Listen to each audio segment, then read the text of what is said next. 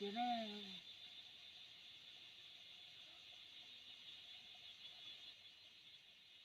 em bố số này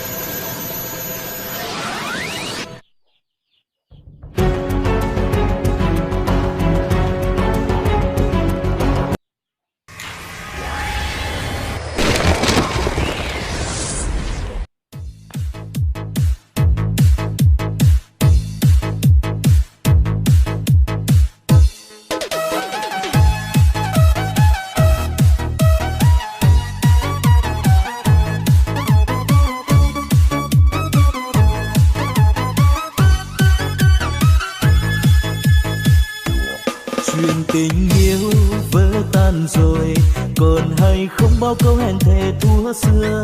Vầng trăng đến vờn theo gió lãng du cùng mây, chẳng nào hay biết. Một người quên một người chờ, vòng tay ông sẽ mãi mãi không về đây. Buồn mà chi khóc làm chi, người ra đi mang theo con tim với linh hồn. Khóc thật nhiều cho với niềm thương đau, có nhau rồi rồi lại mất nhau. Vòng tay em vui với ai hay trong chốn này duyên tình tan nát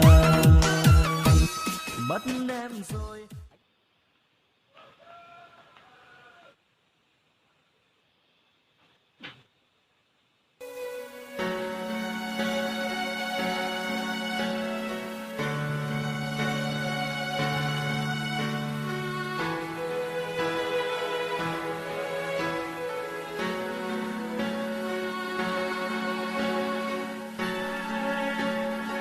nhớ rồng cao mũ tôi cũng vui ta chỉ nên và chỉ muốn hôn hồng chưa ngon không lúc chưa có nhẹ cụ trang tay nói thì cụ tiếng dài câu một lần nhớ lò lươn lươn của lúc chưa một lúc nhớ khó xé của giờ khó tùy lò chỉ mò co quên chân trọng luôn tôi bỏ nó nâng ra lò bỏ có bỏ hết tiền muốn đang cho co tính chị vậy của đứa phèn chỉ men suy giác thật quá luôn không muốn đâu đi cho ra lịch sử của lúc có mua theo trình